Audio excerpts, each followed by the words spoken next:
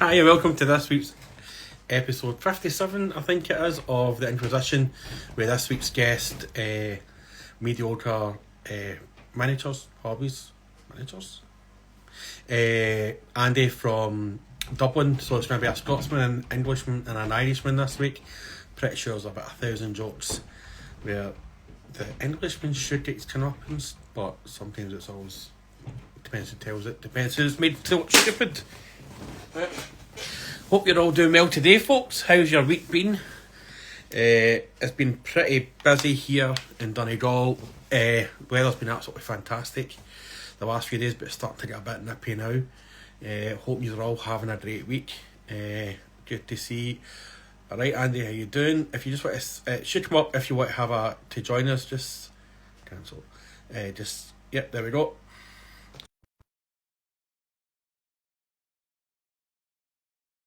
Turns up at Penges notoriously late. I should have got him to host it this week actually, because then he wouldn't have been late. That's a schoolboy error on my part. Alright, Andy, how you doing, pal? I'm good, Paul. How are you? Yeah, not bad, man. Not bad. How's the weather in sunny Dublin today? Patient rain all day. It's been absolutely Baltic up here, but it's clear skies up in Donegal today. Alright, Colin, how you doing, pal? Hope you're well.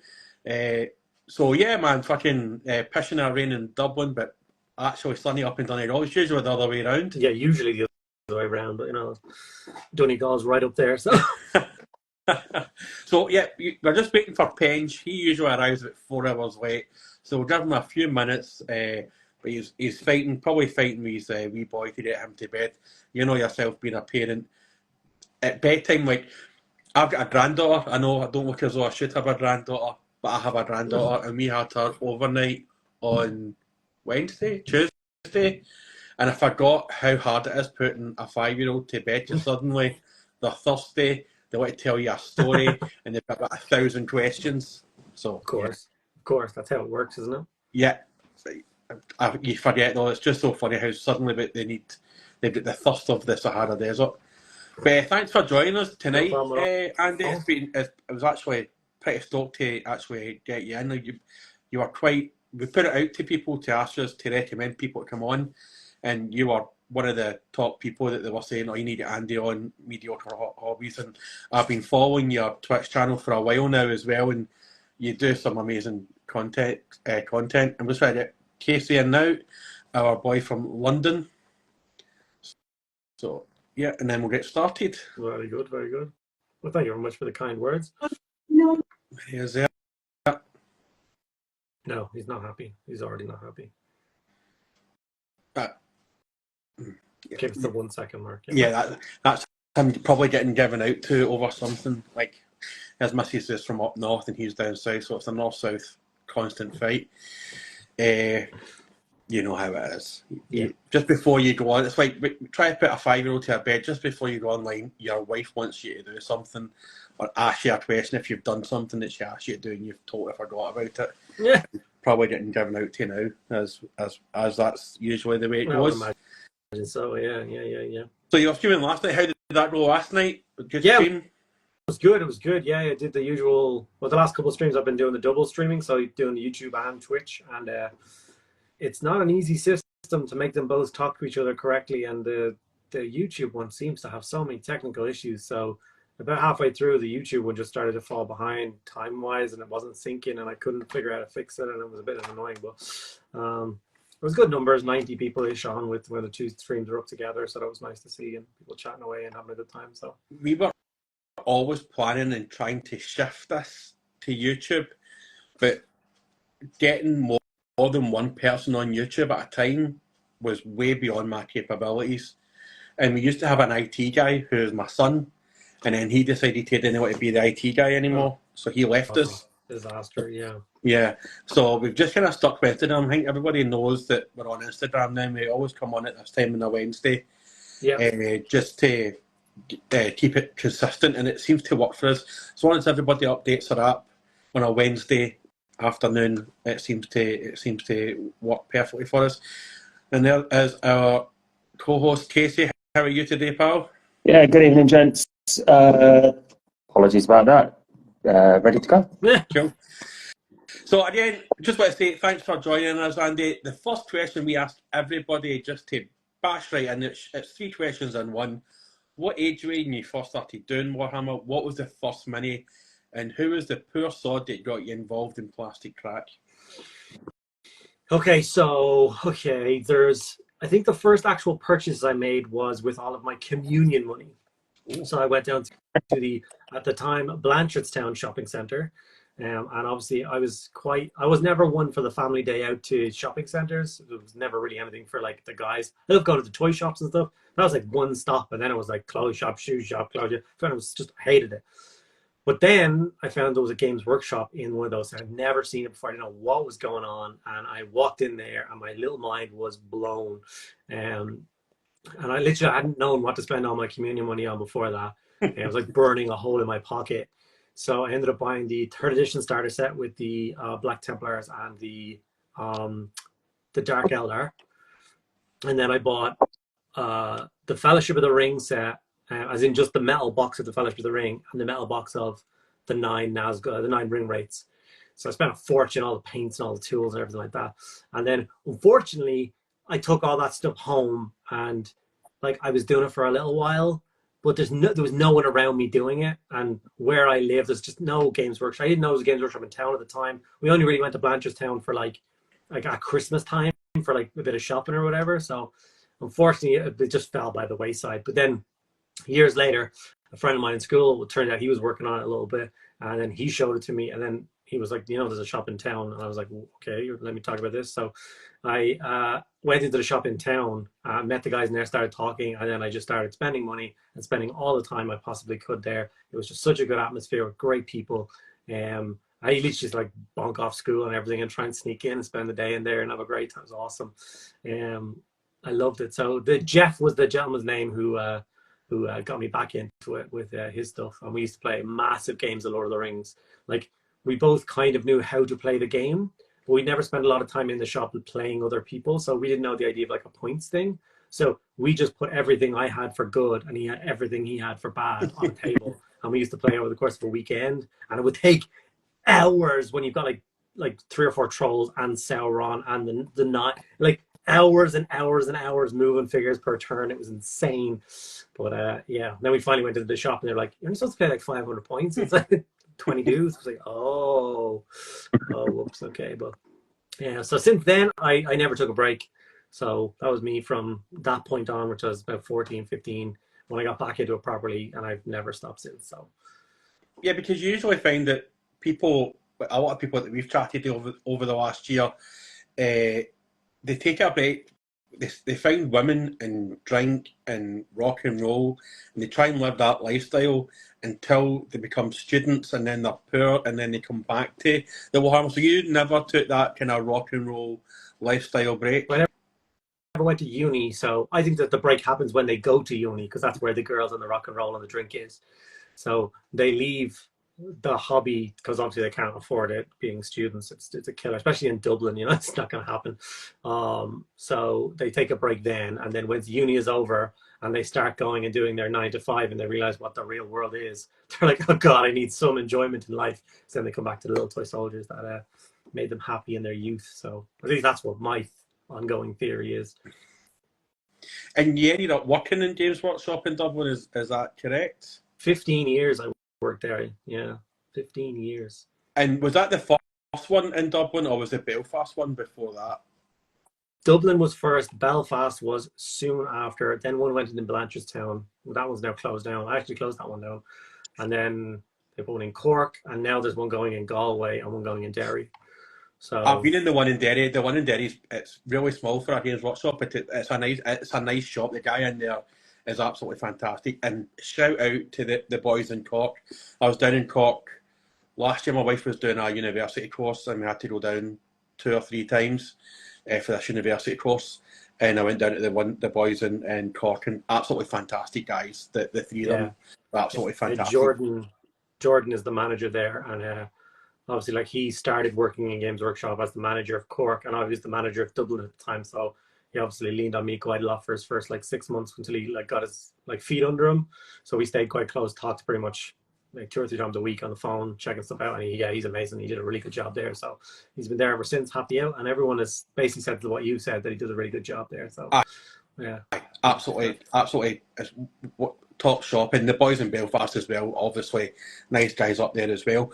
So you said obviously you worked there for 15 years. Was it just a case of that you hung about and ditched or mixed school that often that they just went, look, we might as well give you a job, and just gave you a job? No. I wish I worked in. I got a job in River Island, the clothes store, when I was about 16. And then I worked in there for a couple of years. I really enjoyed working there. I became a manager there. I really enjoyed it. And then, but my hobby was still in Games Workshop. So when I was in there, they were like, we're doing a recruitment evening. We'd like you to come in and do it. So getting a job in Games Workshop at that point was very much not an easy thing to do. So it was a 3-stage process. It was a recruitment evening, which is just like, if you've ever gone down on a late night games night or whatever, it's like that, but the door is closed. So you go in and you just hang out and you just play games, but the staff is observing everything, your interactions, how you chat to that guy, what's your behavior like? Are you being a nice guy? Are you being chatty? Or are you like a bit salty? So then they pick about kind of 6 people from that games night, which is usually about 50 people, down to like 5 or 6. And then they get an interview. And if you get the interview and you do well enough in the interview, then you go to a shop floor trial. So then you actually go onto the shop floor for an hour working and just see how you talk to random people and chat and do your thing and stuff. So they very much don't hand out jobs in Games Workshop anymore. It's those days are long gone. No, just, oh, Jimmy, I like you. You know, you paint good toy soldiers. Put that shirt on and get to work. So yeah. It does seem like quite an intensive process in a way, because like a group interview of you all just playing a game and chatting to each other, like I suppose it's the most informal setting without realizing you are actually going through a proper appraisal almost, isn't it? Yeah. It was a weird thing, because like it had all of the staff of Dublin and all of the Blanchardstown staff came to all be observers. So there was about 12 staff members watching everybody and taking notes. You weren't allowed to take notes. So obviously I had to do it then. When I worked there, I was on the opposite side of it. So like you weren't allowed to take notes, because you weren't just sit someone across the room and be like, we had to go back and like, and everyone had name badges, and I was wearing a beanie hat at the time, so I put my name badge on my head just to stand out, just to be the only one in the room who didn't do it, so everyone knew it. You know what I mean? Just little things like that, just to be memorable. So it was good fun. But you think about it like this. I always think about it like this: that Games Workshop does no advertisement. There's no ads. There's no, everything is, someone has to walk into a store and have an experience to decide whether or not they want to do the hobby. So you really need to have those right people there who are going to be nice and approachable and not pushy. And they don't get it right all the time. And there's lots of bad stories of people who are treated badly when they went to the Games Workshop stores and everything. So, but yeah, get the right people doing the right job, and it's an awesome place to work. I loved it. I literally loved every second of it. I didn't want to leave. It was just circumstances changed with the channel and stuff. So, yeah. And yeah, that was obviously going to be something that we were going to lead into, but I think as you just mentioned it, your channel. Yeah. How does that feel? Because that's almost got to be as full-time a job as working in Games Workshop. You know, you're posting regularly on there. You have thousands of views on each of your videos. Like, do you feel like in itself, I know there's always the thing that if you enjoy your work, you'll never work in a day in your life. But does it ever feel like it's like, ugh? Yeah, I mean, like, it's if someone says how much do I work now, I'd say between 60 and 70 hours a week. So it's a lot more than a full-time job, because like I do my 4 to 5 videos a week. Well, like I work 9 to 5 Monday to Friday. That's the bare minimum. Like I get up at like early 8 o'clock, whatever, get myself sorted. I sit down at my desk at 9 o'clock. I treat it like a job. And my end time is 5. It's usually 5:30, 5:45 usually. And then I take in my streams, and then if I do anything on the weekends, like recording battle reports or anything like that. So there's always more to do. But I genuinely love it. But of course it gets stressful. Every single job gets stressful. You put a lot of work into a video and you put it out and it doesn't do what you want it to do. And you're like, that happens more than not. You try this massive thing and it doesn't do what you want. And then you just like throw away, here's the painted ultramarine. Why has it got so many views? It took like a quarter of the minutes. I could have made 4 videos like this. And, but yeah. I said, it does get stressful, but I don't ever think, crap, I wish I was working somewhere else. I wish I was doing something else. And like, yeah, it's nice not having anyone except, of course, the glorious Laura to report to as a boss. But yeah, other than that, it's nice to just kind of decide what I want to do each week and stuff.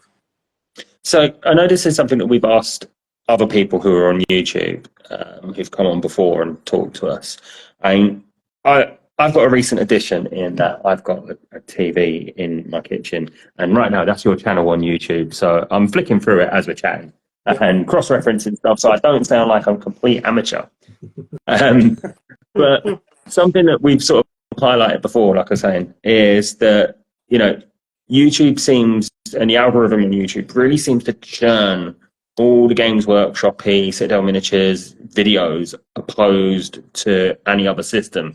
Like looking at your page, you've got your D&D Monster Collection video, which has got 2,000 videos, but the next 2,000 watches, and then next to it, your Mouse Train Gene Stealers have got double that. Does it feel frustrating sometimes in that you're putting your heart and soul into something and it's not getting what you were hoping for, as opposed to, here's a Space Marine, like you say, it's an Ultramarine. Oh, okay, so 10,000 views. Yeah, like I feel bad for other creators in that situation, okay? Because I look at something like, when I create content, I'm not a cinematographer. So if you take someone like Maniac, I've given him an example before. Like he makes videos for the enjoyment of making videos. And by that, I mean the physical, like how the video looks and how it's put together. So like if he's like sitting here painting, he's like, oh, I think I should add some red tones to this. You know, suddenly his camera angle will change to there, and he'll be standing up out of his chair, and then it'll move across, and it'll be, through a plant and through a huggy, and then he'll go to his paint rack, and you see him ponder. So all those extra shots take loads of time. So I don't do those. I'm a real straight shooter, So the reason I mention this is I don't do one video a week. I do 4 or 5 videos a week. And I've always talked about, like, I have to have my videos which will get me views. So I'll do my 3 videos that are with Games Workshop stuff. And like I'll pick stuff out of my backlog. I'll pick stuff that's really current right now, or stuff that I think is going to do well. And then that leaves me the freedom to be like, those are going to do the job that I need them to do. These 2, I can be like, I'm gonna just delve into 3. So like I have 3D printing, at least one 3D printing video every week now. And those videos don't do amazing, but I believe 3D printing is just gonna get bigger and bigger and bigger and bigger and bigger and bigger. Yeah. So if I look to my forward 5 years on my channel, and I think, okay, I've put out a 3D printing video every single week. I've built an audience there, and now that it's really commercial, and 1 in every 5 hobbyists suddenly has a 3D printer, it's a bigger market, and it's going to help and stuff like that. So I allow myself to have slower videos. Like another one I haven't done it in a while, I need to get back to, was Middle-earth Monday, because Lord of the Rings is my favorite Games Workshop has ever done. I think it's just magnificent. If you've never played the actual system, it's such a well-written system. It's brilliant. But I know when I do a video every Monday, it's not going to do well. But it's for me. It's for me and that small group of people that are following along and enjoying it. So, yeah, like I said, some of them have to focus on things. My Saturday will always be a big ticket item. Like, for instance, this Saturday coming, there's no real, like, okay, now because Games Workshop has done the showcase, there's Blood Bowl stuff. I don't do Blood Bowl for Games Workshop, so I don't get sent Blood Bowl for Games Workshop. So I have nothing big product-wise to slot in there. So I'm going to paint up a Great Unclean one. So big, huge demon model, which hopefully should do well. It's exciting and stuff like that. So that's my big ticket item. And now I get to, like, today I did this. It's a little mousy. Cool. Just because I could. It's my Dragon Trappers video this month, but yeah. So that's my thinking. And before I pass you back over to Donk, obviously you've done your 15 years in Games Workshop. You've got your channel, and as part of your channel, you're getting all the pre-releases. You're obviously on the program of them sending you out the stuff. How has that got to feel? Because it's kind of like you've worked for them for 15 years, selling the stuff. And in a way, some people sort of might look at it like you're still selling their stuff, but they're not paying you. Well, I've received over €1,000 worth of Games Workshop stuff in the last month alone. Oh, okay. So you say they're not paying me, but like I'm a cracker. I'm a collector at heart. I mean, like I'll just turn this briefly. Like they're all cabinets full of toys. they're all cabinets full of toys. Like, do you know what I mean? Like, I want everything. So, no, they're not paying me, but they're like, I would want to be buying all those things, and it would cost me a fortune. I would be missing out on stuff constantly. So, I'm more than happy to do it. And obviously, them giving me that stuff is allowing me to do those, like, the videos. Like, as soon as it's out, I get to do a video on it, which is of course giving me more views, which is growing the channel, more subscribers, more ad revenue, more money, more. So although they're not directly paying me, they're a huge contribution to channel growth and monetary value and stuff like that. So would you describe it more as like a symbiotic relationship then, yin and yang, that sort of thing? Yeah, basically like that word. I advertise Games Workshop, but like, if I don't like something, there's no obligation. They send you everything, and it's like, oh, do you not want to do anything with all that stuff? Cool, don't. Yeah. They don't care. Like, they don't mind at all. So, yeah, I feel really good. There's tons of stuff I haven't done yet, I haven't gotten around to yet, and that's fine. And I just pick and choose what I like, and it really works. So just a few comments here on the chat here. We've got White Wolf 131. Thanks for joining. Really do appreciate it. He says, as a mediocre subscriber, I will say I think it's something that stands out. Something that stands out about Andy is just how transparent he is. It never feels like someone is paying him to say nice things. That's just because that's what the Matrix wants you to believe. Always take the blue pill. Yeah. Is it the blue pill you take? I can't remember what it is. So, like, obviously you don't work for Games Workshop now, so have you expanded your paint range out to other brands, or are you still faithful to Citadel? I put a lot of thought into that as well. So if, like, when I'm painting something for Games Workshop, I stick to their paint, and it's not like Games Workshop will want me to do this. I'm trying to be like logical. I'm thinking if someone's at home today painting a great unclean one, they've walked into a Games Workshop and bought a great unclean one, and probably bought the paints to do it. You know what I mean? Yeah. So the people doing Games Workshop stuff probably use Games Workshop paint, so I think it makes the most sense. But when it comes to like 3D printed stuff and that, I go wild. So, but right now I'm really, really, really in love with the Duncan paints, 2 thin coats.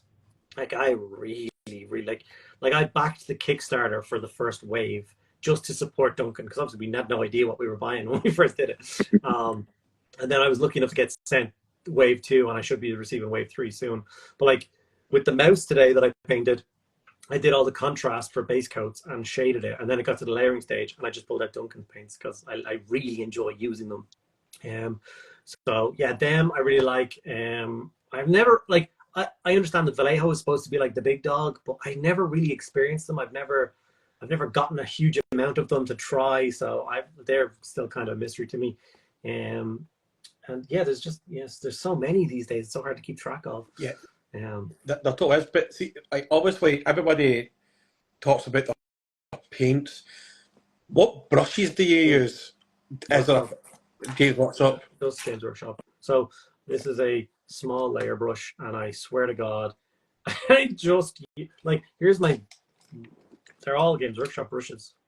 Everything. Like, I use the Artist Opus dry brushes for doing some stipple work, and then some dry brushing. But then yeah, just Games Workshop. Like, a small and medium layer brush from Games Workshop will only cost you about £9, and they will go for it. They're so good. They've such a good point. They hold a good amount of paint. Very easy to control. You can go and buy I have master brushes from this, that, and the other that. And I just, they spray, they splay apart, or they're just not, I just can't. These Games Workshop, they're great. There's actually a shop near me. It's an independent retailer. It's actually just a convenience shop, and they sell a lot of Games Workshop stuff, but they sell all their brushes for £1.50. So every time I go in, I just buy the small layer, the small base, the medium layer brush for £1.50, and every time, all the time. I just go in, I go like buy 5 or 6 brushes at a time, and the guy goes like, why are you buying so many brushes? He says, I just love these brushes, they're just so good. But it's because they're so cheap. Yeah. He sells them for so much cheapness, it's unbelievable. Definitely don't on them. I would. But I just want to ask you, just going off topic slightly, what would you say your favourite colour is? Orange is my favourite colour. Now that's funny you should say that, because we are sponsored by Orange Brushes, who are a UK-based, UK-based brush company. They've got 3 sizes of brushes. We are using them currently ourselves. They do free shipping in the UK. 3 brushes by Orange Brushes. And if you buy them and put in Inquisition in capital letters, you get 10% off. But I would say if you're going to buy them for the south, if you've got an address in the north, send it there, because I get absolutely pumped with fucking custom charges the other week there. Yeah, it's absolutely. a disaster. It's a disaster now, absolute disaster. And that was my segue, and I do it every good week. one. You all liked Orange, didn't you? That was seamless, and the fact that we both had them planned. Yeah. Like, even if you don't buy their brushes, give them a follow. They're a up and new brush company, cheap, stable brushes at good prices. And I think Casey did a giveaway the other day on his channel.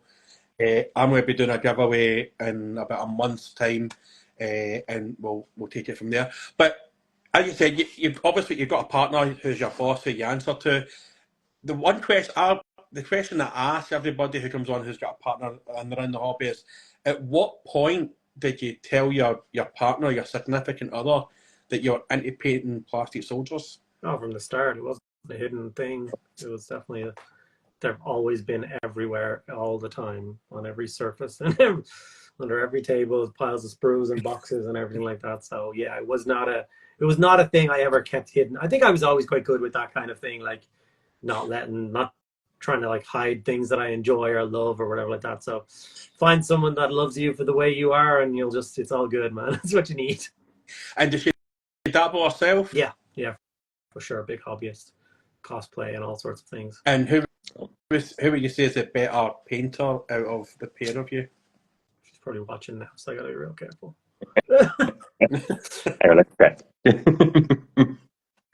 Casey? Orange as a favourite colour. I'll be honest, I've only dabbled with it once and I struggled. For anyone that sort of struggles with any sort of specific colours, back in the day, you would have been aware of the old gold and yellow, the old reds, the old whites, how trash they were in the Citadel range all those times ago. So what advice would you give to someone who struggles with a paint that could be a little bit difficult? Okay, so I also struggle painting orange. I'm not good at it. Orange is definitely, I think it's harder to paint than yellow. It might be even harder to paint than white. It's a genuinely difficult one. Michelangelo the Ninja Turtle is why I love orange paint. That's why I had it as a kid and it never left me. So like I said, it depends on what you're trying to achieve, because you've got to have a very clear idea in your head of like tone. If you just say, how to paint orange, I'm like, what does that mean? There's so many different things, especially with yellows and stuff like that. You want a mustard yellow or a golden yellow or whatever. So do that, and then just hit YouTube, man. I still do it. I don't know everything. I definitely still learn from other YouTubers, watching their videos and their content and stuff. I'm really excited to watch Lucas from Squidmar painted with his red tutorial that he posted yesterday on their second channel, Squiggly Bits or whatever. I'm dying to learn how he did it and see if I can copy it and emulate it. So yeah, and then go to YouTube, type in how to paint orange miniature, boom. Warhammer, how to paint orange, boom, and then see the list of videos, scroll through them until you find something you like, it's something you can achieve, and then go from there. It's interesting as well that you've just touched on Squidmar and the channels he's got, because this is something I was thinking of earlier today. As I was working at home, I had the glorious TV on as I was sitting in here, and I was listening to a couple of different podcasts and stuff and all sorts. But do you find that sometimes with the YouTube and the stuff that you're putting out, that this is, I suppose, a two-way question. First of all, that it can be a bit of saturation in there. Like, you've got all of you different guys all painting potentially the same thing. I mean, granted, you could all be painting it in slightly different ways, but you've got one video on how to paint, I don't know, Tonekeeper Space Marine, off the top of my head, because that's always one that's quite popular. But then do you also find that if you do something that works really well for you, that 2 or 3 days later, somebody has seen that and thought, I know, I'll rip that off, and has done their own version of it? Yeah, I mean, it could happen. It's a thing that, like the best example I can see of it is Slapchop.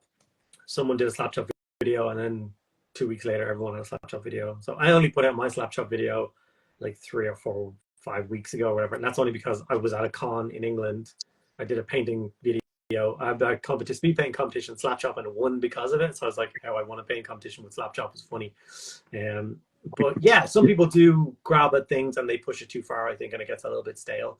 And yeah, you just go, but if they're getting the views for it, it's how can you give them, like, if it's doing what they need that video to do, then yes. I understand the idea with the different miniatures as well. Like if Games Workshop sends 200 people on Angron, and then next Saturday you see 200 videos on Angron, that can be a little bit saturated. But like, yeah, obviously there is all different ways of painting them, or people are converting them, or people are doing different things. And it's something that I have to remember as well. With the partner always has to remind me that I always use my League of Votan as an example, which I still don't understand. My League of Votan series, like if you look at my League of Votan playlist, it's like 10 videos long, how to paint all the Votan units, all the same colors. It's the same scheme over and over and over again. And like, they're all just wearing armor, they all have the same cloth, they all have helmets. So you could take the one video and just apply it to everything. But it's not how people's minds work. So you're like, oh, what else do you want to see? All the Terminator guys. But it's just the same thing. Yeah, but how do you do it? The same way. No, I need to see. And like, even at the end of that whole series, we're like, oh, you're not going to do your man in it. I'm like, how have you not learned how to do it from these 9 other videos? Yeah, I would be like that, because I would think, because it's just the same thing, yeah. But and the way my mind would be is, yeah, but the Terminator's bigger than a normal Space Marine, so how would you paint it? Yeah, but yeah, I'm still using the same colours. Yeah, but for my simple 2-cell brain, I need to see you do it. Do you know what I mean? Yeah, and that's what it's like. So with Angron, or like as an example of, you just do you do your video, you ignore what everyone else is doing, and whether that, like, people love my Angron video because I made it really accessible. I was like, I contrasted Angron. People were like, holy crap. Whereas every other creator was like 9 hours of painting and all this crazy highlighting and 17 paints to paint the eye, and there's like, it's nice to watch, but I can't follow along. This guy I can follow along with, which is always my goal. I'm easy to follow along. So yes, there can be that, but I don't think about it. Like, it doesn't bother me. I don't think it's ever really bothered me. That's it. I'm going to make it. It's now going to bother you because I've mentioned it. Sorry about that. But condition. The comment on the accessibility thing that you just mentioned is that someone in the chat has just said, Andy makes it accessible. I couldn't follow Squid my life depended on it. So there you go, mission accomplished straight away. And that's obviously, you're going to have loads of comments on that in your video. Look, the Angron video helped me paint my berserkers from B&M Paint. Not B&M like the shop, but yeah. But it's they don't sponsor it. Shove her on next. So I came to this, like, realizing I do a lot of like crazy thinking. I walk every day, like 10 kilometers. I get out and I just do a long walk. So I like to like listen to like books and stuff, and I like to think. And one of the things I realized a long time ago was that, like, a YouTube video, in my opinion, only fits into one of 3 categories. It only does one of 3 things. So it's either educational, or it's aspirational, or it's just pure entertainment. So you watch the video, you follow along, you do it. You watch the video, you get inspired, and you go and do something, or it's just entertainment. You're just supposed to watch and enjoy. It doesn't make you do anything. And I think Squidmar's videos, 90% of the time, just fit into that. Like, they are just an entertainment channel. You want to watch them every week to be like, what are these lunatics doing now? They're going to glue a manta to a warlord titan upside down on a treadmill for, like, you just want to see it. And it's just, yeah, just like a TV show. So mine are always going to, like, be on the side of it's education. I want people to, look at the pre-orders on Saturday and go, holy crap, Physics Scour, that's a big Skaven model. I don't know how to paint that. Bing, here's an easy way to paint Physics Scour. I might order him now. That's really good. I'll just watch this video. So, yeah. Oh. And just going back to right before you started doing your Twitch and YouTube streaming, how much of a because we spoke to Peachy about this sort of thing as well. It's kind of going to be the same kind of question I asked you. When you obviously you're in a full-time job and you've been there you could still be there now. How much of a conversation was that with the boss to tell her that you were thinking and doing streaming and video content full-time? So mine was kind of the other way around, because I was a little bit uneducated in what I was not allowed to do whilst working in Games Workshop. So I started doing a lot of Instagram stuff in COVID, started posting a lot, sharing all my models. I was like really pushing myself to do like when COVID started, I made the conscious decision that I was like, I'm going to be out of work for like 6 weeks or something. Turns out to be 2 years, but 6 weeks. And I, in my head, because I used to always make the joke that, you know, when you left school, you used to get like summers off, 3 months off for summer. I was like, you will not have that much time consistently off to yourself till you retire now. I was like, that was always in my head. You will never have that much free time. So then COVID happened. I was like, this is like a gift from the gods. I'm going to not jump into video games. I'm not going to waste my time. I'm going to paint. And I painted army after army after army. And I started to keep sharing it on Instagram. And Laura, of course, helped me. She has a nice big Instagram following before I ever had anything. So she taught me lots about the algorithm and hashtags and what to post and when to post and all that kind of stuff. And that's grown and grown and grown and grown and grown and grown. And then obviously we decided to move on. And my goal was reach 10,000 subscribers or followers on Instagram and use that as a springboard to do YouTube. So when I did one of my first YouTube video, I could post this thing, be like, 10,000 people, if you want to go and subscribe. So I had, 1,000 subscribers like in a day or two, and that was a really nice place to start and go from there. So that worked, got onto YouTube. I got to about 3,000 subscribers. And then my boss kind of took notice. He was like, are you doing YouTube stuff? I'm like, yeah. And he's like, okay, cool, yeah. Obviously someone else had told him, and he wasn't very educated in it because he kind of went away, and a couple of days later he came back to me and was like, yeah, you can't do that. And I was like, what? And he's like, yeah, it's in the policies that you can't create content like that. And I was like, oh.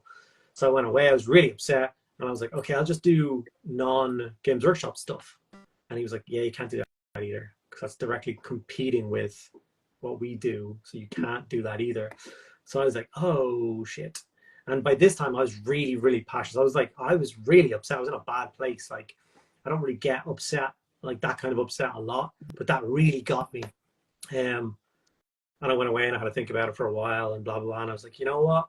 When am I going to get this opportunity again? What I was doing, the Games Workshop job that I was doing, I sent, it was like on my walks and things hit me in the head and I roll around. I kept thinking about the same four walls. I've been working in the same four walls for 15 years. And I've because I work in Ireland, there's not opportunities in Games Workshop unless I was going to move to England, and I wasn't going to do that. So I was like, am I going to be in these four walls until I retire? Is that my future? Like, I love what I do, but I really want it to be the only thing I ever do. So I made the decision to call my boss and be like, you know what, I'm gonna stick doing this. I'm gonna leave the job and I'll move over to this and just have a go at it. And I have no ill will towards them about that at all. Yeah. When people often just compare, like put me in a box and but you do really positive things that really help Games Workshop. And I'm like, yeah, but if they say yes to me, then they have to say yes to everybody else. And someone could say, something horrible, something like racist or some horrible comment, and then they're associated with Games Workshop, so they don't want. They're just like, it's safer to just be like, you can't do that. Just stop. So I'm okay with it. I made my peace, and then I went off and did this. And then, funnily enough, when I got to like 5,000 subscribers, I got a random email from I won't say his name. Someone inside of Games Workshop who leads the digital department. So he's the head of like Warhammer Plus and all that. And I actually know him previously a little bit. And he was like, I saw that you left. What's going on? He's like, oh, I told him the story. He's like, that's crap. Why didn't they call me? Like, I could have had you come across and be a part of like Warhammer TV or something like that. And I was like, that's cool, but I don't think I would have done it because, like I said, I don't particularly want to move over to England. And he was like, okay, well, maybe you can still do stuff with us. And I was like, I'm game for doing. So there was actually some early talks about me producing some videos for Warhammer TV early on. It didn't amount to anything. I decided to keep it all in house, which is fine. But he was like, is there anything I can do for you? And I was like, yeah, the Warhammer program would be class. And he was like, cool, done. And he just put me on it at the highest level. Like I literally get everything. And I was on that probably a little bit earlier than most people would have gotten on it. So I'm blessed with that. That's another one of those like little key moments where I was like, this is kind of meant to be. Yeah. So, Just I took that and I ran it. Just at the right place at the right time, sort of thing. Like, it was a kind of perfect storm for you. Like, yeah, definitely. COVID. Do you know what I mean?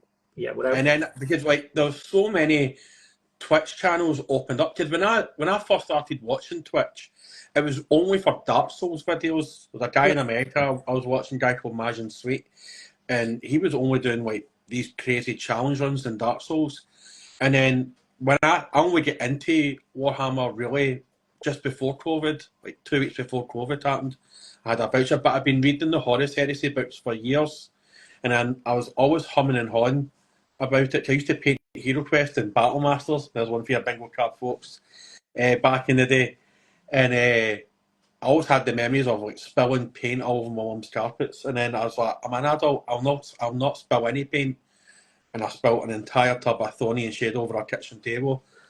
Just give it that nice antique look now. Wife still doesn't forgive me for that. But it was like the perfect storm. Like all these Warhammer painters came up, and a lot of people. How did you find breaking into the kind of Twitch stratosphere? Was that easy enough because of your YouTube following came and followed you, or was Twitch harder? Twitch is. Instagram's the hardest to find.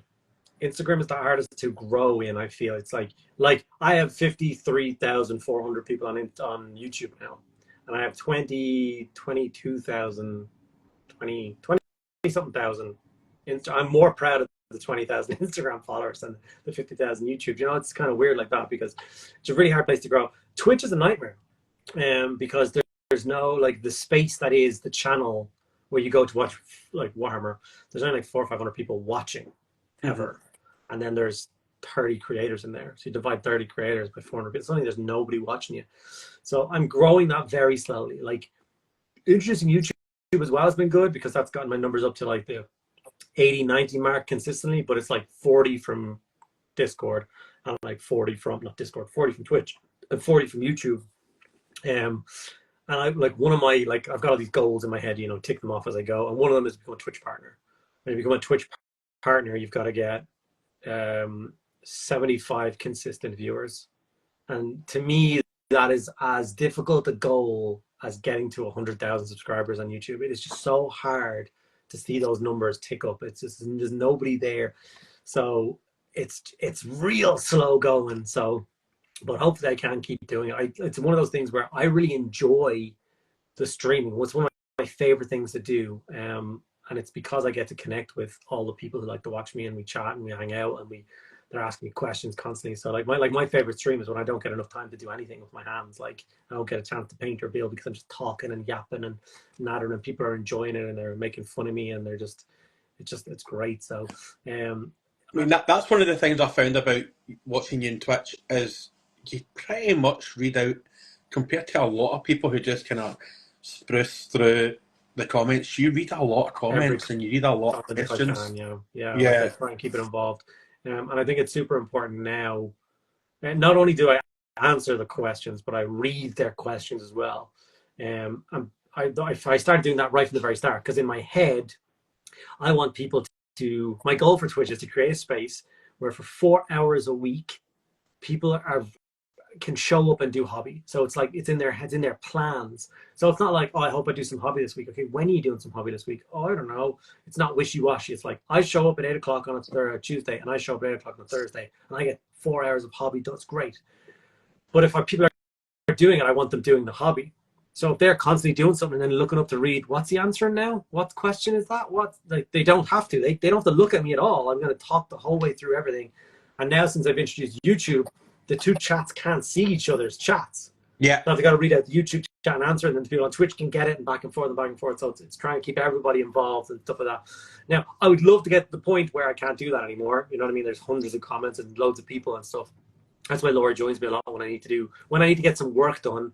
She'll jump in and she'll read out and answer the questions, or just read them out as questions to me, and then I can answer them and stuff like that. And it's a really helpful way of doing it. So you just need to add on Instagram now, because the guest that we had last week, Teddy and Glory, he has Instagram, Twitch, and YouTube all running at the same time. He's mental. He's just insane. Yeah.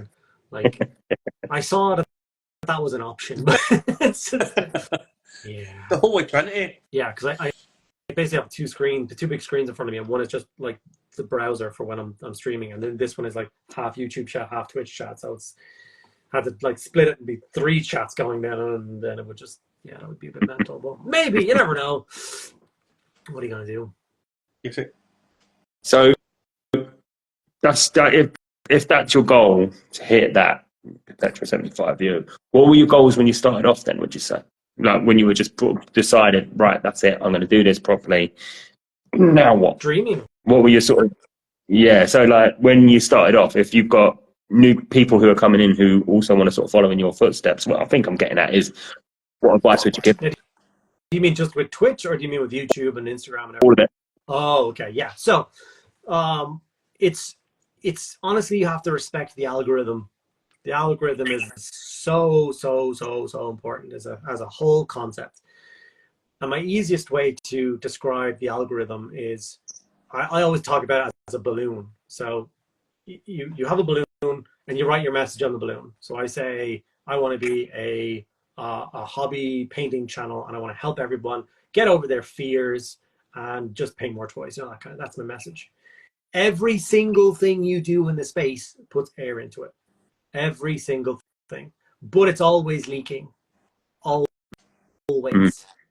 So the more work you put in, the more Instagram posts you put up, the more reels, the more TikToks, the more times you go live, the more YouTube videos, it all puts air into this balloon. Your message grows, it's seen by more people, and then it grows. You cannot just, I'll put up 2 videos this week, and then I'll put up 3 weeks later, I'll put up a video, I'll put up. The algorithm doesn't like that. It doesn't want you involved. You're not a consistent thing. They don't like it. Especially the same, like, to give you an example, we put up a reel the other day. I don't know which one it was now. It was one of the reels, and I really liked the reel. I thought it was really good. So we threw it on Instagram, and it's on like 25,000 views or something already, okay? And I was like, I'll throw it on TikTok as well. I don't really do TikTok anymore, but I really should do some more with it. So when I was working on TikTok, if I had posted that video, I could have gotten 100,000 views, right? Hadn't posted anything in a long time, and I was like, this is a good reel, and put it on. It's on about 12 views.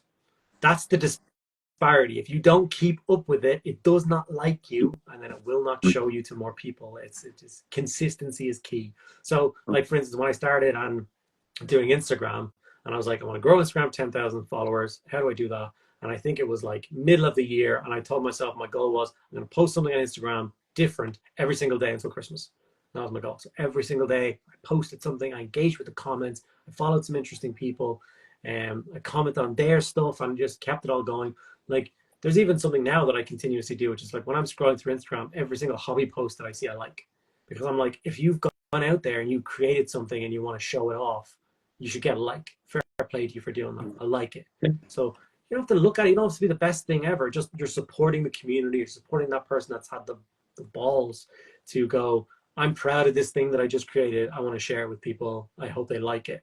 So, I mean, if nobody hits like on people's videos, he's going to feel crappy, or she's going to feel crappy, you know? So what harm does it do for me to go double tap a thumb? Cool. Double tap a thumb as I scroll through. So supporting each other is huge. And just do it, you know? JFDI, you're not going to succeed if you don't do. So Casey posted a reel on our Instagram, the Inquisition page last week, and we were just laughing over that, because like, up until then, our most popular video that we'd seen, I started taking like wee clips out different shows, and making it like an innuendo, like, is this what they really meant, or that kind of thing. And then Casey posted up a Space Marine 2 clip, and it's just like a bunch of Space Marines chomping about. And it's just went mental. I think there's like 50,000 views or something, 48,000 views. And I was at the weekend, it was like 7,000. I was like, this is just so funny, like this stupid clip where we've put out clips of ourselves with other people, like a couple of hundred, and we love that. We just couldn't believe how viral this video has. It's just run rampant. It got to the point where I did. Sorry, go on, mate. No, just didn't want to. Just while we're on that exact point, think about it like this: like, the amount of air that has put into your balloon. Yeah. More people are seeing the Inquisition as a podcast or as a thing. So although it's not really on your branding, it's not really fitting with what you want to do, or it doesn't really, in your head, it doesn't help what you do. Well, actually, Instagram is looking at you now being like, hey, these guys just made a reel, 50,000 views. Like, let's show the YouTube, the Instagram space, more of their stuff. So maybe you do sprinkle in those videos every now and again. I love doing that. Like, I took the kill team video with the scions dropping in, and I took the little clip where the turret just drops in and it just starts opening fire on the Tau. And I took that tiny clip for about 30 seconds and I post that, and it's at 100,000 views now. Laura's Furious. Yeah, it's bad So because we were stuck under 800 followers for a long time. Yeah. And now we're up at like 820, Yeah, 830 in the space. it's gone crazy. It's gone weird. Like, I don't understand how, like, as a content creator yourself, like, you can look at your phone every day when you put a new thing out. Because, like, I was getting sick of the point. I'd look at my personal one and it's like, why have I got 50 likes? No one knows my personal page, and I realized, oh, it's not my personal one. It's this stupid 10-second video again. It just feels bizarre for, like, we're not really in for it for, like, the masses and masses, but to get that sort of reaction out of something that's so dumb. Yeah. So, yeah. Because we started this, I floated this idea to Casey and the other guy that we had with us just over a year ago. Is like, we would like go on and stream and we'd just be chatting nonsense and talking about female space marines and Fildrum and all these mental things. And I thought, why don't we do like a podcast where we bring in people that we follow who are really talented people, that maybe good painters or they do other things. They don't have a lot of followers. Let's get them the followers that we think that they deserve. Obviously, we'll reach out to like Duncan Rose and Peachy, and we've had Graham McNeil on. Now we've had you on. We'll have some of the bigger names as well, Warpgate Studios included, and we'll see where it goes. And we've been doing it now just over a year, and we are going strength to strength. It got to the stage where we started this page just so we could actually take back our own personal pages, because we're actually running it on our own personal pages. Yeah. And then when we started this, Instagram limited us to 1 hour videos, so we'd have to then pause and do a part 2, which annoyed my IT guy. And then we would lose people, because then people would just switch off and stuff like that. But we really enjoyed doing this, and like, obviously it's easier now to ask people to come on, because when we first started it was a case of, oh, who are you, like, why do you want, and now it's like people, oh, will come on, and it's so much, I don't even know where I was going with that now. Damn it. No, but that's good. It makes sense. It's a whole thing. And me and Laura were literally talking about you beforehand. Like, you have something that a lot of people would pay for, and that's your channel name. Like, you have the Inquisition as a name on YouTube. Like, do not underestimate the power of that as a name. Like, that's insane to have that. So, yeah, I definitely think you can keep growing that channel and posting all those videos, and be surprised where it might end up. But yeah. And if we ever stop, at least you can sell it for a bit of money, Don. There you go. Like, literally, the words that came out was like, how the did they get the Inquisition as a name? How did they get it? It must have been one of those things where loads of people thought it was like, that's got to be taken already, and it just wasn't. I think we could be floated names about a few times. Like, I'm a Death Guard player, Casey is a Marine player, and Simon, the other guy that we had, he was everything, a mishmash of 1,000 different armies. And I was like, no, we can kind of make it as a kind of Inquisition type thing, where we bring people on and we'll like quiz them and all that. And I thought, why don't we just call it the Inquisition? And then I thought, we did a pilot episode of a quiz that we were going to do. And I was like, what do we call the quiz? And the guy that does our graphics went, why don't you just call it the Inquisition? And I was like, oh, genius, absolute genius. So yeah, nailed it. Couple underscores and another underscore, and you're absolutely gravy. But this is a time of the podcast where we get serious, we go off topic, and we start asking you. Obviously, you're a man in the south, I'm a man in the north. Are you a Lions or a Barry's man? Oh yeah, I'm a Lions man most of the time. Although there was a box of Barry's that appeared in the house a few weeks ago, and I've been having them, and they were quite nice actually. So normally I'm a Lions man, no. So yeah. And are you a northern Tato man or a southern Tato man, or are you a Kings man? I'm kind of neither. I'm more of a Max man, a Max Chris man, something with a bit of wrinkle and a lot more flavor. I'm not really in the King or Tato mood. I'm someone a bit more punch. I like my spiciness, so anything that like really hot crisps that make you cry halfway through, that's what I want. So when you're eating your crisp, one of the questions we always ask people is, what is your favourite crisp? What is your favourite crisp to eat? prawn cocktail is my favorite traditional flavor. I know some people make a lot of faces about that, but I do really like it. I get when I was younger, I like my favorite sandwich when I was a kid was turkey and brown sauce. So just bread, butter, turkey, and brown sauce, and then some prawn cocktail crisp on the side, and I was just in heaven. Now, unfortunately, my mother gave me that for my lunch every single day for like 15 years and nearly killed me. But I don't think I ever really was like, oh no, more turkey and brown sauce. So yeah, favorite crisp. There's new Max cheese and spicy right now that like I said, you start the bag and you feel good, and you end the bag half crying, and they're so good.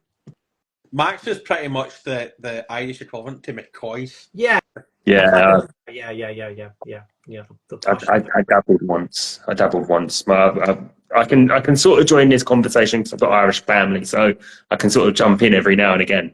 But you guys go off on tangents sometimes when we got our Irish guests on. I'm just sort of sitting here like, English, I don't know what you're talking about. That's all right. That's all right. And what would you say would be your least favourite twist that you would like if somebody was to bring you in, you would kick them out of your house and they'd be banished forever? Anything that's ready salted. Ready salted is not a flavor. It's gross. I hate it so much. I hate it. I hate when I see someone walk to the till, like in a shop, holding red Pringles. When you can buy any awesome flavor of Pringles and you pick the one that tastes like cardboard, there's definitely something wrong with you. Like, just get out of here. I hate them. I'm so angry now.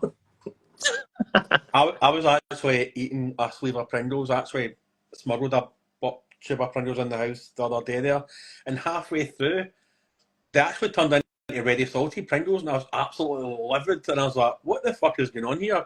About a third of the tube were ready salted.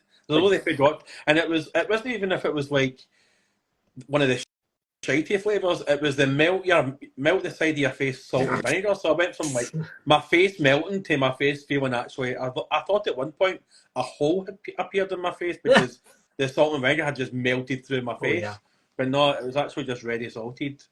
Like a third of the way through, I was raging. Like I feel like what happened there is you had COVID and it kicked in right at that moment, and all your taste buds died. You know, you can't taste anything on COVID, and that's where it's ready salted. It just tastes like nothing. So that's it. Who does that though?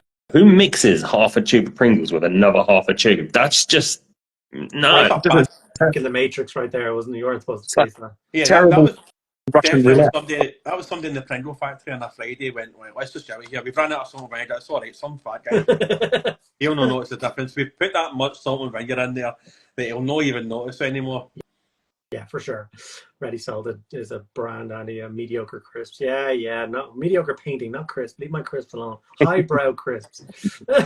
Now, when you're washing down your Max flavoursome crisps and prawn cocktail, what would you like to wash it down with? What would be your alcoholic and non-alcoholic beverage of choice? Pint Monster. Well, I'm a traditional nerd. I guzzle Monster at a regular basis. I have a stream tradition, which is I have a Red Bull and a Monster, and that's what I do for my stream. So the Red Bull is to get me going, and the Monster is to keep me going. So I'm a big energy drink fiend. And I will never apologize for it. And people are like, it's melting your insides. I'm like, it's fine. Alcoholic drink. I'm not a beer man. I'm not a wine man. I'm more of a spirits guy. I like whiskeys. I'm not like a straight whiskey guy. I like a Jameson and ginger or Jameson and bitter lemon kind of thing. Love it. And then I'm a big gin and tonic fan. I like gin a lot. So those would be my alcoholic beverages of choice. Would be whiskey and gin. So yeah. I'm going to follow that up then. Your gin, because this is only something I've learned about recently from the mother-in-law, who's a bit of a fanatic when it comes to a gin.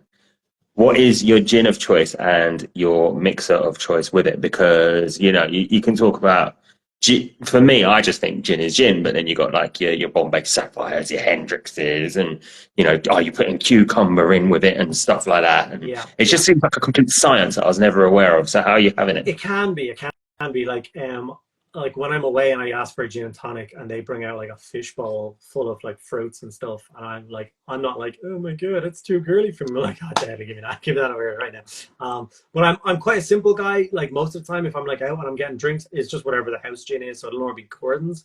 But if I'm treating myself, I do like a bit of Bombay Sapphire, or there's an Irish brand called Bertha's Revenge.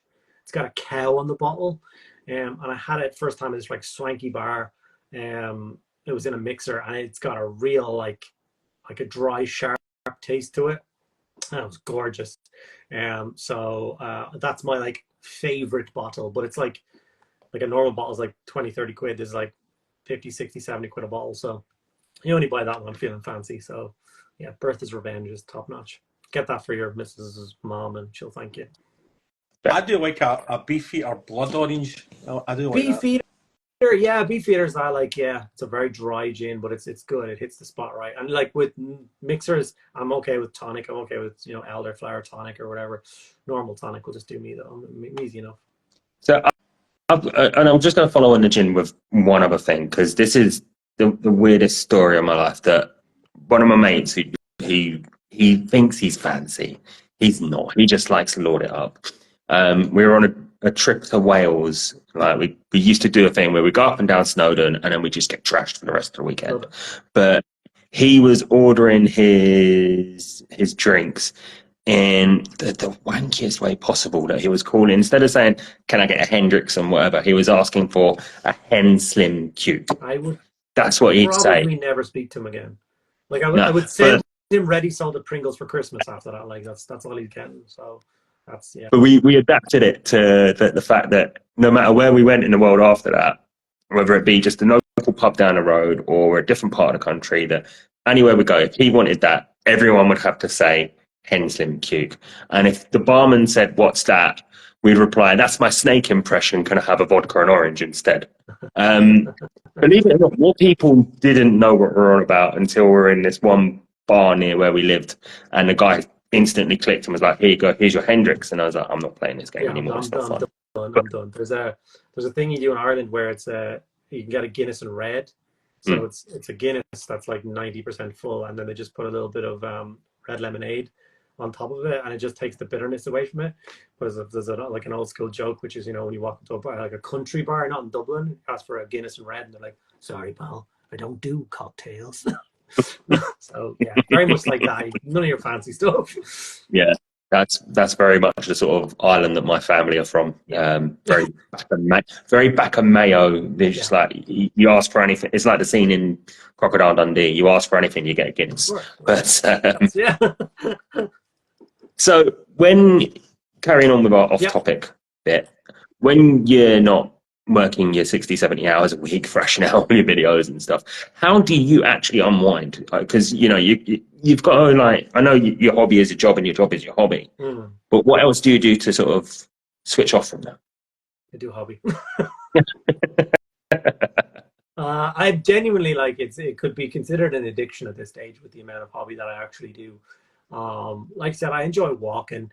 I got two little doggos that like being walked and brought out and stuff like that. So yeah, no, there's not really a crazy amount. Like, I'm quite a simple person. I like movies. I like video games.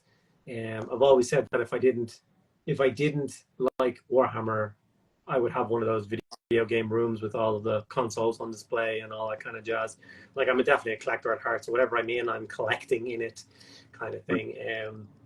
And yeah, I would consider even things like movies another hobby of mine. Like, I would consider myself a bit of a movie buff, if you will. So yeah, I love it. Every day I'll watch a couple movies. Like, even now, I can't stop doing stuff while I'm working. So because I record all my audio at the end, it's a voiceover. It means that while I'm recording throughout the day, sounds doesn't matter. So I'm just playing a movie on the background. So like right now, I'm going through all the Rocky movies again. So as I'm chilling and painting and doing hobby, and I'm watching Dexter again and played Space Marine 2, and yeah, just casual nerd stuff, which makes me happy. You've hit a couple of nails on the head there. Yeah, but I think we've got a couple of follow-on questions from that now. Go on, Dan. Yeah. Space Marine 2 can get to fuck, because I don't have an Xbox X. I only have an Xbox One. So people who play Space Marine 2 are dead to me right now. Playing on a PC or a laptop right now? I ain't that right. So I'm spending way too much money on plastic crack and fucking fishing stuff right now. And I'm going to some mad mental wedding tomorrow. I'm getting up at 4:30 tomorrow to drive to some wedding in Scotland. Well, my sister-in-law's wedding on Saturday. Hoping that I can, and I've ordered a ton of stuff as well. So I was playing played a 2,000-point game about 40k last week, and I realised that my Death Guard aren't as quick as what I think they should be. So I've ordered, unbeknownst to my wife, 2 rhinos, 1, and then I've ordered more stuff. I've ordered a couple of warhounds. And I don't know where I'm going. I don't know where I'm going to get all this money from to pay for this stuff, but it's ordered. So yeah. Good luck trying to bring it back in the car. That's the main challenge. And I need to get my square sausage and black pudding and pies and all my food, because I need to get my square sausage, because that's why I'm taking my car as well, because I can bring back as much square sausage as I want from Scotland. But how have you enjoyed? I know a lot of people, Casey's been playing it, and a lot of people that I follow have been playing it. I think they're just deliberately posting up clips now at this point. How have you found Space Marine 2? Is the campaign too short? Are you hoping for an extended DLC or whatever? No, I like the campaign. It's like I said, it's about 8-10 hours of campaign in this, and that's only the like main storyline of it. I realized afterwards that there's like another 8 missions, and mission's like an hour or more long. So I think there's about another 6 to 7 hours of content in the, because like there's a bunch of times in the game where like you get to a point and you're like, we need to go and, you know, save this dude, but we need a distraction to go blow up that, and you like send a team to go and do that. It turns out you can go and play as that team and do that extra mission. So I think that's pretty awesome. There's definitely an extra stuff there. The feeling of the game is incredible. It feels like you're a Space Marine. There's one particular scene where you drop down into just hell. The room is so dark, and I had a power sword and a plasma pistol, and there's a lictor in there, and there's a million Tyranids. And like when you're firing off plasma rounds and swinging that sword and that ambiance and that feel, I was like, this is just awesome. I'm so happy right now. And they do loads of really cool moments, which are, I really like it. And it's, I'll give you an example of the first one. I won't mention the other ones in case of spoilers, but the first, if anyone's seen it, it's the first one. And it's, they give bits where it's more about how you enjoying the moment. So enjoying how the moment looks and how it feels, as opposed to it being hard. So you get to this one bit at the very end of the prologue, and you're just fighting millions of Tyranids, but they just give you unlimited health. It's like an interactive cutscene, so you don't have to be like, crap, I died, this is crap, I died, this is crap. You just get to keep going and keep going and keep going and keep fighting, and you just feel awesome. So it gets big thumbs up for me. I'm really excited for it. So I have to go and play all those extra missions now, and then maybe try the online bit, and I bet that's going to hurt my face a lot, but yeah. I've done all the extra missions, and that bit that you're talking about at the end of the prologue, I was going at it for a good 10-15 minutes, and I was thinking, when's this going to end? Come on, I can do this all day, but there's got to be an end point. And then, again, without spoiling too much, the big main bad bit from that bit turned up, and I was like, oh, fair enough. That's you're doing me dirty here. This is how you're going to end it. But how have you found actually on that? And I think this is something that a few people have commented on since, like with people that are just sort of picking up the game, not really knowing what this is about, knowing that, oh, this is superhuman soldiers versus aliens and stuff. And then they realize, oh, it's a miniature game as well, and I can buy these things and I can paint them. So has that put a bit more into your channel recently? You sound like sort of numbers are creeping up alongside that. No, because I should have tapped into, I guess I should have tapped into it more. Like I've already done a Titus miniature. I painted up the Titus miniature months ago. I managed to get one sent over from America.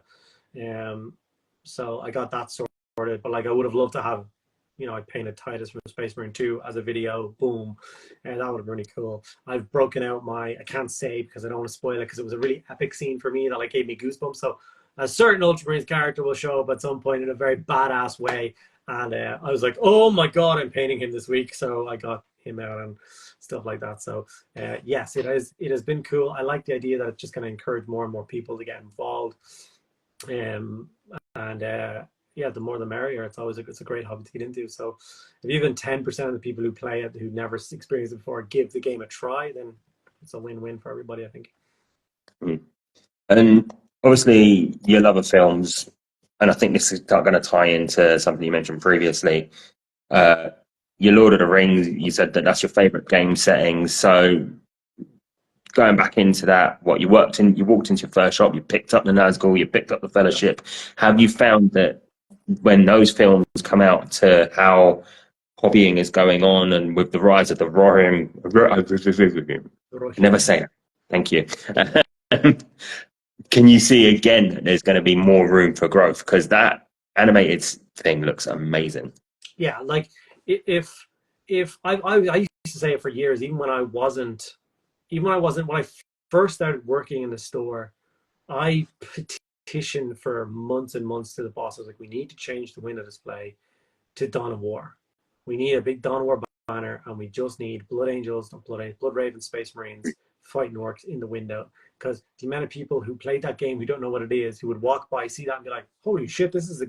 And they like, if every Games Workshop store doesn't suddenly have a Space Marine 2 style window display, so people can walk by, see it, and get drawn in, then there's a huge mistake.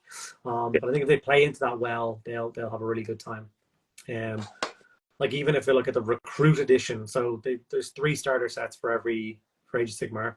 The kind of small, medium, and large one. The smallest one for 40k they just announced is Titus and some Tyranids. Yeah. You can really play a scenario from Space Marine 2, and that's going to be the Recruit Edition for 3 years until they redo 40k again. So like, yeah, it's got to play a huge part, and people just need to get on with it. And that's that thing again. If you get the right people in the right position who does a good job, someone comes in and be like, "Oh man, I just played Space Marine 2. It was awesome. Cool. Let's have a chat and let's figure out if this is for you and what you want to do and what you want to experience, if you want to continue on your journey or whatever." So yeah. Is there a particular model that you wish you could paint, or that is what is your Everest, as in like miniature models that you would like to paint, if it's like not been printed yet or you've just not got your hands on it yet? So there's some models that aren't available anymore. A couple of those which are like, yeah, like I wish I had them or wish I'd gotten my hands on them. Most of them are like old Forge World kits and stuff, because most old Games Workshop stuff are cheap enough to buy. Old Forge World stuff is just a nightmare. But no, like I would say, like I would honestly be comfortable challenging most people to who has more toys. I reckon I would win that like 90% of the time. But even this week I did another Warhammer Titan, because I did the Lucius pattern Titan. He's not available anymore, so I just printed one and painted one up and had a great time. Everest of models to paint. No, I don't know. I like, it's that thing. There was a thing years ago I read in White Dwarf, which is your like the hobby butterfly, but it was the idea of not treating it like a bad thing. It's like always follow what you're passionate about right then and there, because you don't know where it will lead. So don't be like, "Oh, I'm supposed to be painting these Space Marines, but I really want to do that thing." Well, go do that thing. It's a hobby. You're supposed to enjoy doing it. So I do that. If something strikes me, like the character from the game that excited me, I built him when he came out, then he went to the box and he got forgotten about. And I'm doing a million other projects, but he has inspired me, so now I'm doing it. So on my stream last night, I was painting the 2 bodyguards. Stream tomorrow, I'm going to finish the 2 bodyguards, which will leave me free and clear to, yes, Tim, I want an orca. I would kill for an orca, you jerk. The tail orca is always the thing that I've wanted, but they stopped making that many years ago. Oh yeah, that was huge, wasn't it? Yeah, it was a big, it wasn't as big as a manta, obviously, but it was a big, clunky, like it looked like a shoebox with wings. And I don't know why it always resonated with this beautiful thing, but it had no guns or anything. It was just a transport. I don't know why I wanted it, but I always wanted it. If there was one model you could repaint just for the sake of painting it again for the first time, what would it be? Oh, that's a good one. What would I paint for the first time again? Maybe my Empire land ship. I had a lot of fun painting that.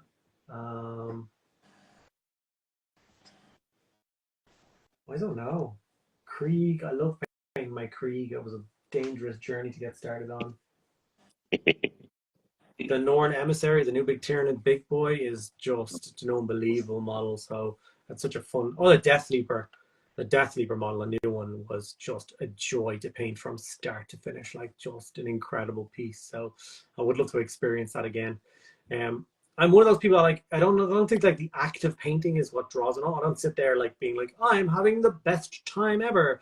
It's like a percentage bar, and the more that percentage bar ticks over to finish, the happier I get. And so I'm pleased that I get to add a new finished painted thing to my collection. Not Erebus, go away. I hate Erebus.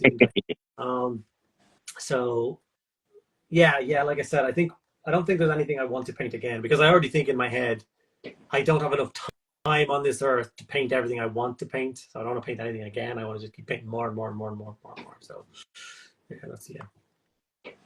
Now, question I like to ask people: female custodians / space marines. Yeah.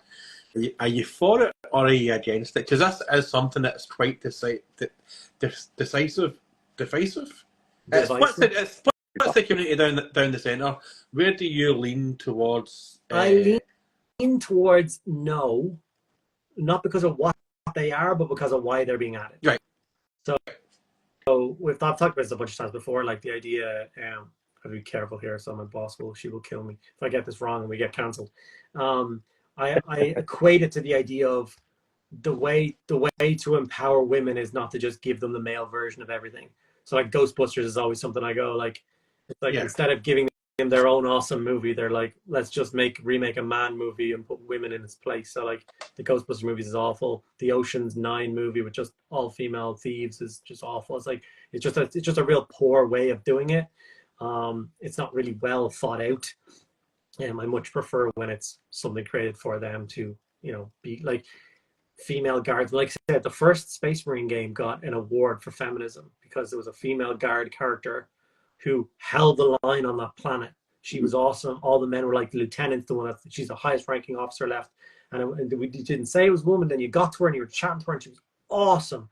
And you really felt that she wasn't put there to be like, we ticked a box. We're inclusive. We're important. We're this. It was just like the right thing. And I loved it.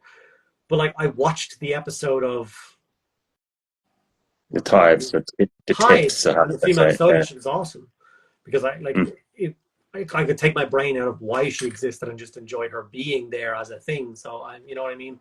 So but in my head, go on. Sorry, just the last point on that with the Tides episode, I did get confused again because it's like, oh, this is empowering women. It's like, but you have a Sister of Silence in the episode, and she's incredible. She was even more badass. So why can't that be the representation and then have the, I don't know.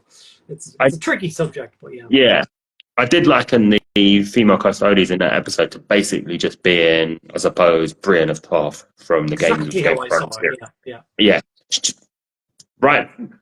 Wicked character, really well written, well done. And like you say, the Sister of Silence next to it, I thought was brilliant because I don't understand sign language from my own failings, and when it popped up like, if you don't know sign language, put your subtitles on, I was like, okay. And when you're doing the sign language, it's like, now you're all fucked. It's like, oh, fair enough. Yeah, you're all done. You're gone. Like, yeah. I thought it was really well done, but I think it's something that a lot of people are sort of saying is that the execution is kind of what lets it down. I think we've had previous guests on recently, and your man in the chat there, Mutsy, sort of saying that them just sort of turning around on Twitter and saying, no, they've always been there. It's like, what? Yeah, why have you just done that? Yeah, it's the point I always make where, like, because this is my biggest thing, like my hobby, I love, like, I love it so much. And I am a fiend for the lore. Like I said, I walk every day and I'm listening to Audible books. Like I read literally everything, every book.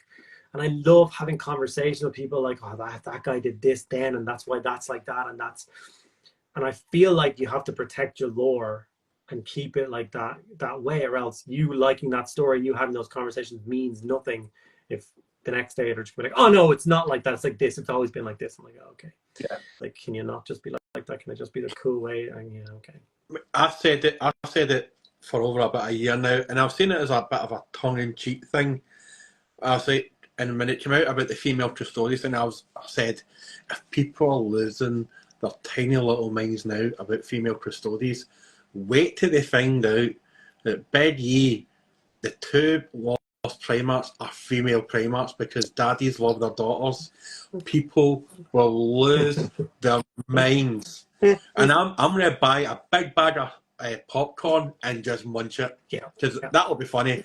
I'm a big Star Wars fan, right? And we're going through a horrendous time just now. There's a couple of YouTube channels that are at war with each other just now, and they're trying to like demonetize each other, and it's an absolute shit show. And it's all mainly because of the Acolyte. I mean, there were people saying it was like one of the worst shows ever. It was in a law perspective. I'm a big law Star Wars guy, and they're trying to change the law, so I can understand where people are coming from with the custodies and they've always been there. You can't really do that because like they try to portray the person in the Acolyte that she could bleed a lightsaber. It nearly killed Darth Vader, who was born through the Force with one of the strongest Jedis that ever lived.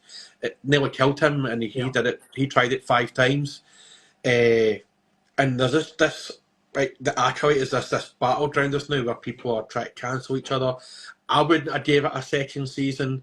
I didn't think it was that good a story. The lightsaber battles were absolutely I was literally waiting for a break in you talking to be like, the lightsaber fight in the trees was unbelievable. Like, oh my word, just incredible. It's what the prequels should have had in the terms of lightsaber fights, because we never got a proper lightsaber fight.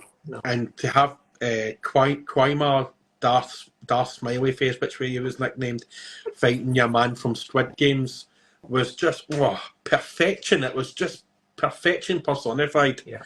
So I understand the whole war thing, but female Primarchs is going to be hilarious. When it comes out. Like I read the Gaunt's Ghost series. I don't know whether you've read the Gaunt's Ghost series, but Gaunt's Ghost series is like, I don't know when the first one came out, but it's like 20, 25 years ago now at this stage. Like, it's old, and it has had some of the most badass, strongest female characters in it the whole way through. It has always been like just so, and it was never mentioned, it was never talked about, it was never like this weird thing that just, it had to be this and it had to be that, and there's a male commissar, better put in a female commissar for the next book so it's equal representation. Like, that's not how good storytelling works.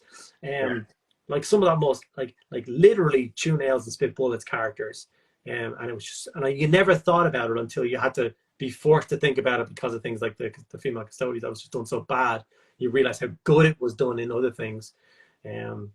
So anyone who thinks that they didn't have like representation should go back and read things. I always talk about things like Lothar San. She is the captain of the World Eaters flagship. So she literally commands a Gloriana class battleship. She talks about it as her ship, and she talks shit to Karn, and she gives out to Angron. Like, no one else would talk that, and she's just like, whatever. Like, what are you doing to my ship? Does she not give out, and does she not really give out to whoever was supposed to protect the ship? Fucked off. Yeah, she shot him in the head. And then she was going absolutely livid, and she says, "Well, let's go speak to Angron about it." And you could just hear him going, "Well, I think I've left the other one." I better stop now. Like, like she is just like, one of my favorite scenes of her is, an Ultramarine ship is pulling up beside her, and they're like, "What are they doing? They're about to die." It's like they're about to fire their boarding, like they're trying to board us, and like she had the option of destroying them, and he's like, "No, give them their boarding. Let them have a glorious last stand on our decks and fight and stuff like that." Like, she was making those kind of decisions like it was nothing. Like, in command of legions of Space Marines and hundreds of thousands of people, and it wasn't forced. You weren't like thinking, "Oh, they put in this token female character to be awesome." She just was awesome.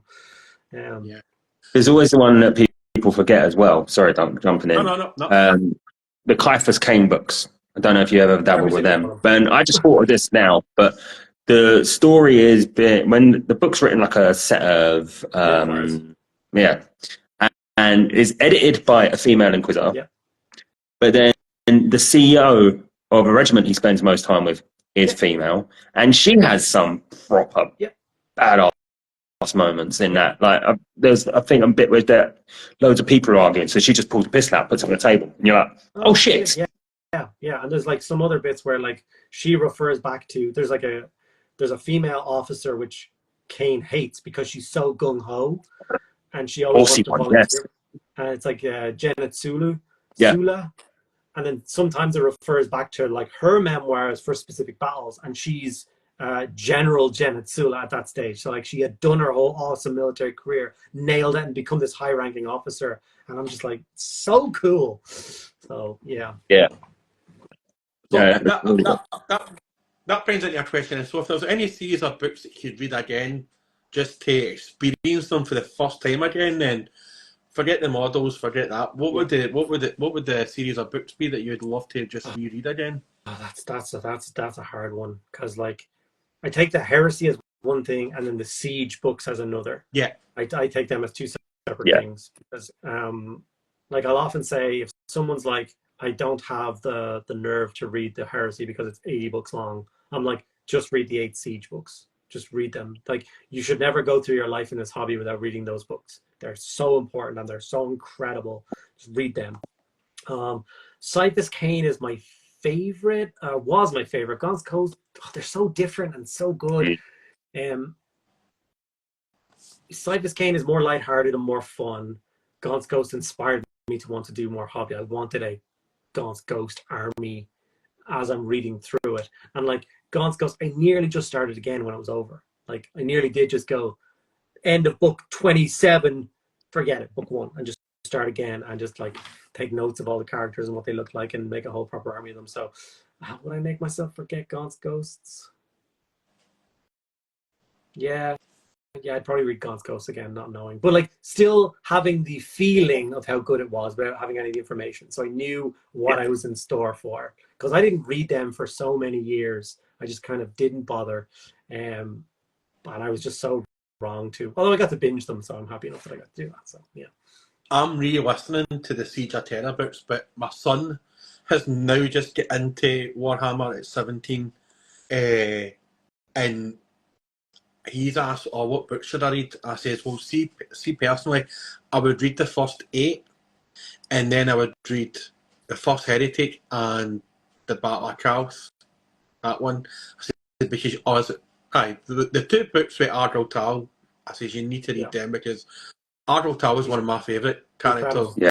He's such a, and Erebus, my boy, he is the biggest douchiest douche that's ever douched. He's like Joffrey on crack. He's the worst character that's ever been written in anything ever. He's the worst. Everybody should hate him forever. The personification of ready salted crisps. How gutted did we all feel in Betrayal? We're right at the very end. You think it's going to happen, and then poof, he's gone. Yeah. That's why you don't mess with Karen. Took his hand, took his spine. If I was to recommend to your son, like, and if he's not sure about reading the books, I would recommend some of the Primark novels, because they're standalone. They're not like full novels. They're almost like novellas. They're like only like 200 or 250 pages a piece, and they're every one I've read so far is incredible. Such good books. Like get him to read Alfarius with the Lion, or just those. Doesn't connect to anything else. Gives them background, a little bit more lore. Some of the Primarks. And if he really enjoys a couple of those books, then he dives into the Heresy.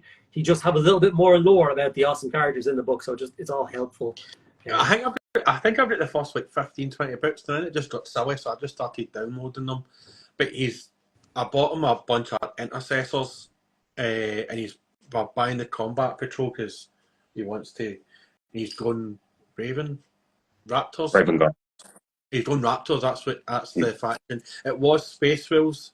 And then we bio-stripped the Space Wolves guy, and he's now settled in Raptors. That's what he's out for Raptors, don't worry. Yeah. God. So, is there any other faction out there apart from Space Marines that you like the lore of? Like for me, just to quickly jump in, I think the way the Necrons are going now that they've got consciousness and all that sort of stuff, I'm really enjoying.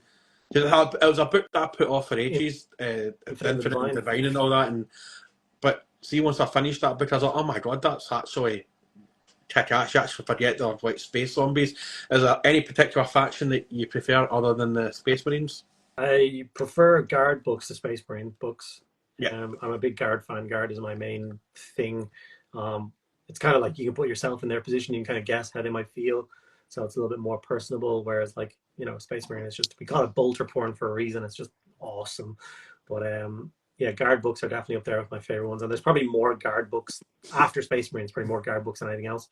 Other than that, yeah, Necrons are good. I've read the whole Heresy, love it to bits. Is there any other aliens? You don't do a lot of other alien books. It's hard to read. We don't get Tyranid books. A couple of orc ones pop up every now and again, don't they? It's just for comic relief value more than anything. But yeah, I tried to read one a while ago, which was set in the orcs' perspective. So they were literally talking like, British geezers in the barn. I was just like, I'm not listening to this for 17 hours. Get out of here. It was awful. I will take it more as a monologue. The orcs went and did this, and then the orcs did that. And I can deal with that. That's fine. Tale books are always good fun. Not been that many of them though. Can I ask a question, right? Because this is something that I've not asked, and I was scared to ask, but I'm going to ask anyway. What is the whole deal with people in Tau? I just don't get it. Love Tau. But why do people hate in the Tau so much? Because in the game as a concept, you don't. So think about it like this: with a Space Marine army, it moves, it shoots, it fights. It engages in every turn. It uses magic in a psychic phase back then. The Tau, you don't play with the Tau. Like, you're not playing a game with them. They just form a gun line, and they shoot you until you're dead, or you get across the table and they're dead. So it's quite a dull thing. Most of the time, if you lose against Tau, you lose in the first 2 or 3 turns, and you've done very little to the Tau because they've just demolished you with firepower. So it can always feel a little bit one-sided, a little bit dull, a little bit unfair. So yeah, people have built armies like that before, which is just, there's a couple of very unfair. There was a funny, I don't know whether you guys have heard about this. There's a specific tournament, okay, and I think it's a 2,000 point tournament or a 1,500 point tournament. But the idea is you write the worst list humanly possible, and someone else plays with it. And someone wrote an entire list of Tau shield drones, so they had no offensive capabilities whatsoever. They couldn't shoot, they couldn't fight, they just floated around capturing objectives, and that's all they could do for the whole thing. It's so funny. So yeah, people do that kind of stuff. I just think that's it, but I just disagree. I love Tau. Tau are one of my first. I remember getting my first rule book, maybe it was the 4th edition book, actually, the 4th edition rule book, and flipping to the page, actually might have it, but it got to the army sections, and they just had an art picture of what the race was, and then some blurb, and it had the Tau fire warrior standing there, and he had his helmet off, and he had like katanas in his belt, and I was like, these guys will see close combat. I'm buying this army. They're samurai, space samurai, soul. I couldn't have been further from the mistaken, but I still love them. I've got a huge Tau army, colossal. I love them to bits. I love them. So yeah, me and Tau are good. I've seen a thing on Twitter today that if you have the word tequila and you put a wee kind of semicolon or colon in between any letter, it comes out with a Tau name. And if you run out of ones with one apostrophe, you do it with 2 apostrophes, and it just gives you this unlimited amount of Tau names. You just got balloons showing up there. I don't know what. It's got that thing where it'll do the thing that you hold up or something. Is that a thing? Well, there we go. There you go, thumbs up. But yeah, I didn't even know I did that. What's all this madness now? There you go. Does it me? No, I don't get anything. It doesn't like me. There you go. Yeah, if you use the word tequila and put apostrophes on it, you get Tau names. I gotta give that a try now. That's one thing I've always been the worst at, is naming things. I am so bad at naming things, and I want to have armies where I'm like, that squad's called that, and that squad's called that, and that guy's called. It's like, okay, name this guy. It's Space Marine Bob. Why is it always Bob? Why is no one wants to be Space Marine Bob? So yeah.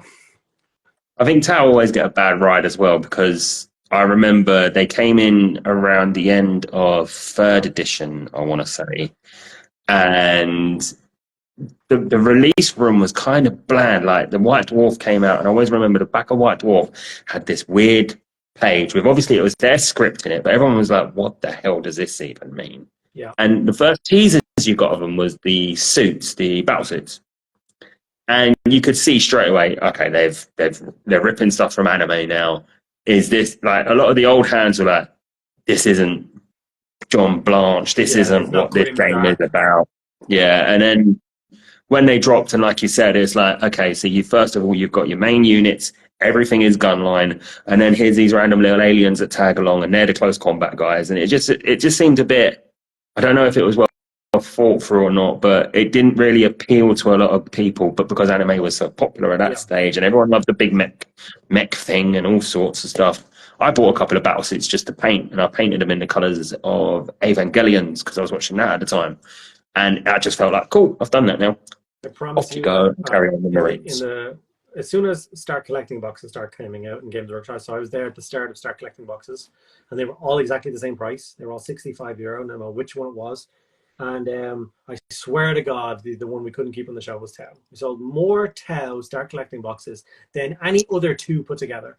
Like, they very popular with the kids and new people coming in. They like the big snazzy battle suits and the aesthetic of them. So yeah, the old geezers didn't really like pay homage to it, but yeah, for us it was all shiny and glowy and cyberpunky, and I love them. So yes, more Tau. You can just imagine the guys going, "That's not my warhammer." That is now, mate. That is now. Yeah. Right, guys. I think it's time to call it there, because like we could obviously chat all night, but I'm up at 3:30. Casey is probably got about 50,000 jobs to do. I've got to go by 5:30. So there you go. Yeah. Andy, it's been an absolute privilege and pleasure having you on. Is there anybody you want to give a shout out to, or any sponsors, or where can people find you if they don't follow you already? Follow me Instagram, YouTube, Twitch, the usual bits and pieces. No specific sponsor to worry about, really. Just just follow along, check out everything, and hopefully you can learn something and enjoy. Casey, any last words of wisdom from yourself? Not a word of wisdom, but it's just something to point out. I do enjoy the irony of mediocre hobbies, because it's not mediocre. You're solid. You're good at what you do. I'm mediocre. I feel like you're taking the mickey out of me. So you need to change your name to something better. But if I do a bad paint job, no one can give out to me. Oh, yeah, fair enough. Good point. Almost as good as my segue with Orange Brushes, our sponsor, by the way. Another wee segue. Folks, thanks all for joining tonight. This will be posted on our YouTube at some point. Next week, we have First Rank Fire back on our podcast. Guy who has taken a bit of a break. He's had children and all that. So hoping that coming on to our podcast will kickstart his podcast, and that will be next Wednesday, folks. Have an awesome rest of your week. And I'm now getting phone calls from my son to come and pick him up from work. Have a great day, folks. And thanks again, Andy, for coming on. Thanks very much for having me on. Talk to you later. Bye-bye. Bye-bye. Bye-bye.